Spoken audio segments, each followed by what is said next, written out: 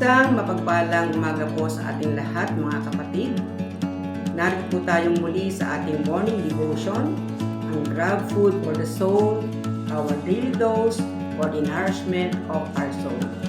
Simulan po natin ang ating umaga sa pagbubulay-bulay nang makalakad tayo sa isang mapayapang pamumuhay.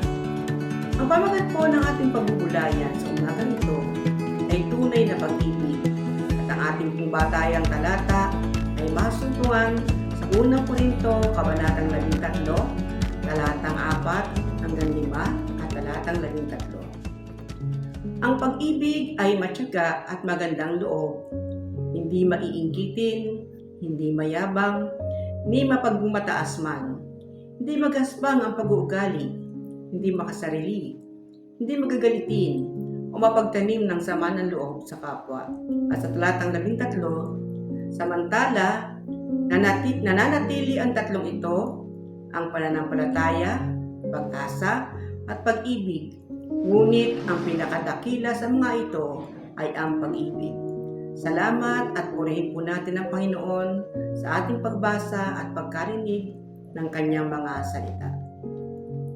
Ang wika po sa unang Korinto, kabanatang 13, talatang 2, Kung ako man ay may kakayahang magsalita ng mensahe mula sa Diyos at umunawa sa lahat ng hiwaga, kung nasa akin man ang lahat ng kaalaman at lahat ng pananampalataya, ano pat nakakapagpalipat ako ng mga bundok, ngunit wala naman akong pag-ibig, wala akong kabuluhan.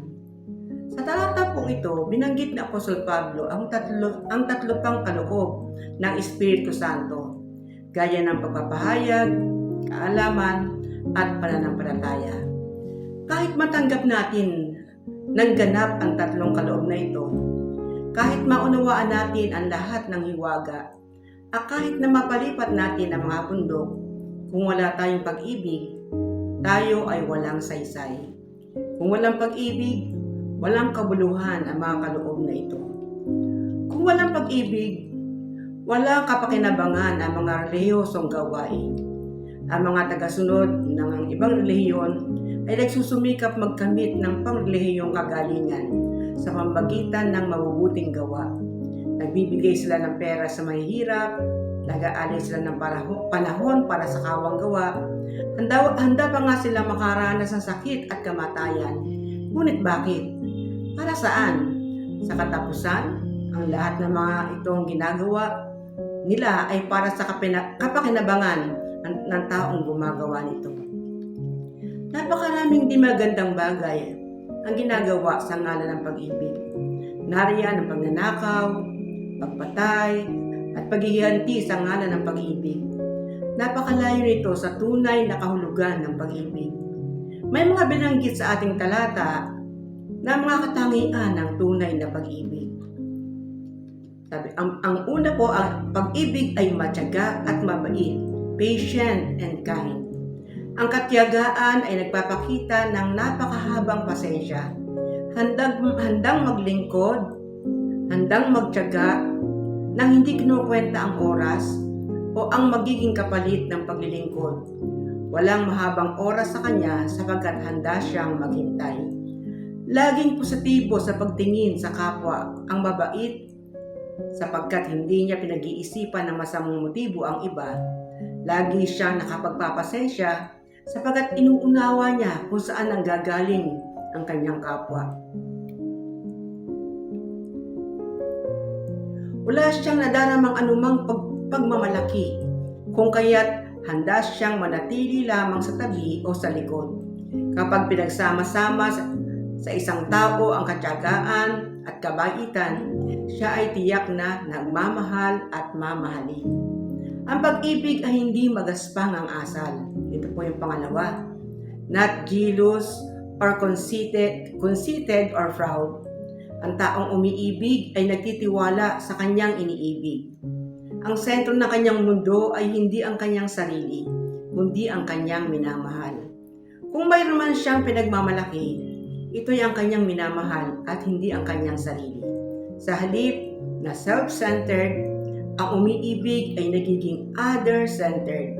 Pinahahalagahan niya lagi ang minamahal kaysa sarili. Dahil dito, hinuhubog, pinapanday ng pag-ibig ang pagkatao ng umiibig upang maabot niya ang pinakamataas niyang potensyal.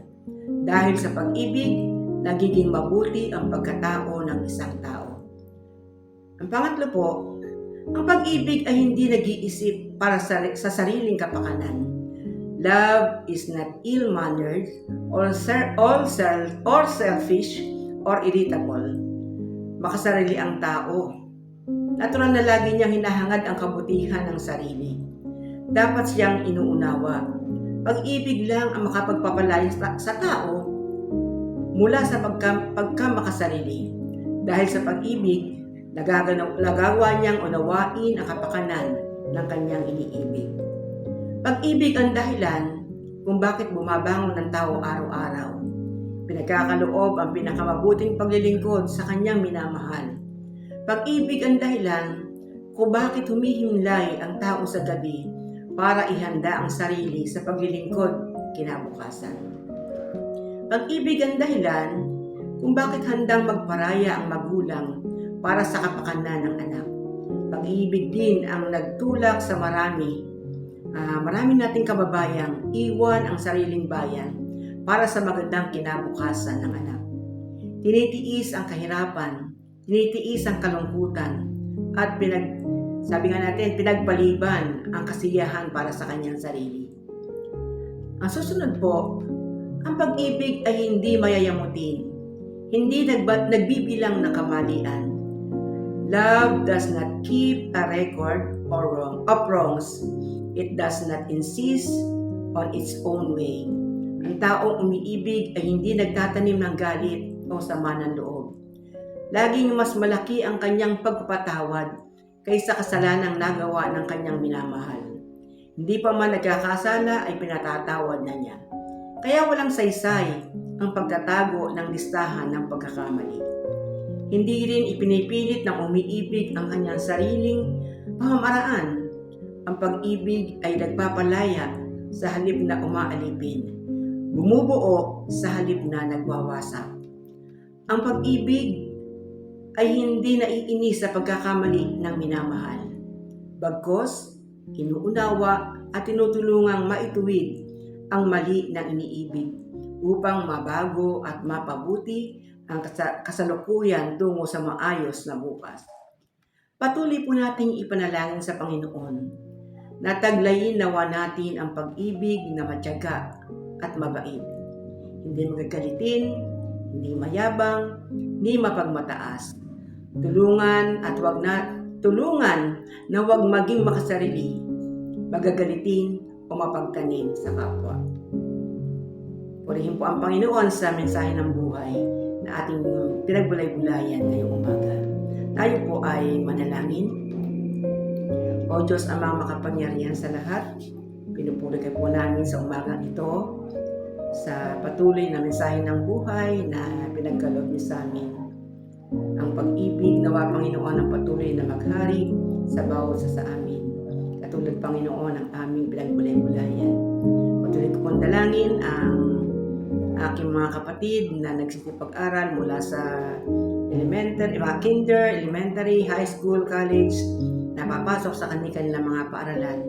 Patuloy na pag-iingat Panginoon ang ipagkaloob niyo sa kanila. Patuloy niyo po silang bigyan ng karunungan na nagmumula sa inyo. Ganun din Panginoon ang aking mga kapatid na magsisipasok sa kanilang mga kanya-kanyang trabaho.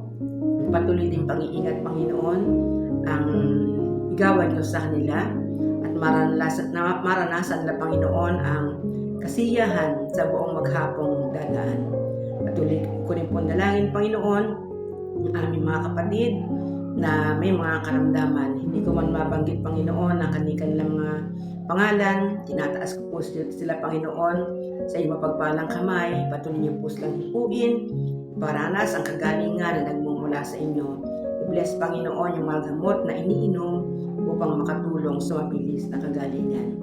Dalangin ko rin Panginoon ang aking mga kapatid sa kanilang pangkabuhayan at mga pinagkatiwala niyong hanap buhay, mga negosyo. Kayo Panginoon na patuloy na magpala sa bawat isa sa amin. At alam namin Panginoon na hindi niyo po kami pagkukulangin sa lahat ng aming mga pangailangan sa araw-araw. Maraming salamat Panginoon at binabalik namin ang lahat ng papuri sa tanging pangalan lamang na aming Panginoong Hesus. Amen. Papuri at pasalamat po sa ating Panginoon. Salamat po sa inyong pagsama sa ating pagbubulay-bulay ng salita ng Panginoon. A friendly reminder po sa bawat sa atin, be Christ-like in your workplace today. Mayo at maglingkod. God bless po sa ating lahat.